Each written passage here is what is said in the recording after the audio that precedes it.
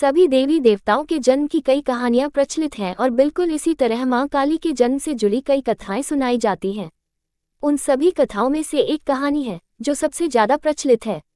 बात उन दिनों की है जब एक शक्तिशाली राक्षस दारुण का अत्याचार तीनों लोकों में बढ़ गया था। तीनों लोकों में सभी इससे बहुत परेशान थे। सारे देवता दारुण के हाथों मात खा चुके थे। दारुण को वरदान मिला था कि उसकी मृत्यु एक स्त्री के हाथों ही हो सकती है। इस कारण सभी देवता हाथ जोड़कर ब्रह्मा जी के पास पहुंचे कि वे इसका कोई समाधान निकालें। इसके बाद ब्रह्मा जी ने एक स्त्री का रूप लिया और दारुण से युद्ध करने चले गए, लेकिन वो भी इस असुर को हरा नहीं पाए। अंत में सभी देवता ब्रह्मा जी के साथ भगवान शिव के पास गए और उनसे प्रार्थना की कि वे कुछ करें। सभी की प्रार्थना सुनने के बाद शिव जी ने मुस्कुराते हुए माता पार्वती की तरफ देखा।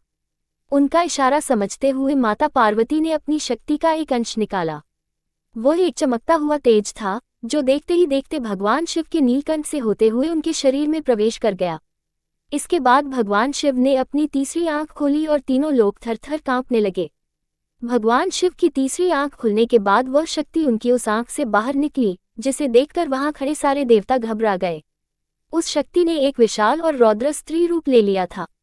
उनका रंग रात सा काला गहरा और जुबान खून जैसी लाल थी।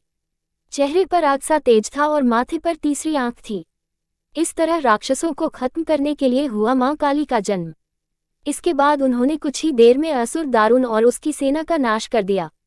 उन सभी दानवों को खत्म करने के बाद भी मां काली का गुस्सा शांत नहीं हो रहा था। इसके बाद उनका गुस्सा शांत करने के लिए भगवान शिव ने एक बच्चे का रूप लिया और उनके सामने आ गए। भगवान शिव को देखते ही मां काली का गुस्सा शांत हो गया और उन्होंने उस बच्चे को अपनी गोद में उठा लिया। धन्यवाद दोस्तों, आपका दिन शुभ हो और आपके जीवन में ढेर सारी खुशियां आए।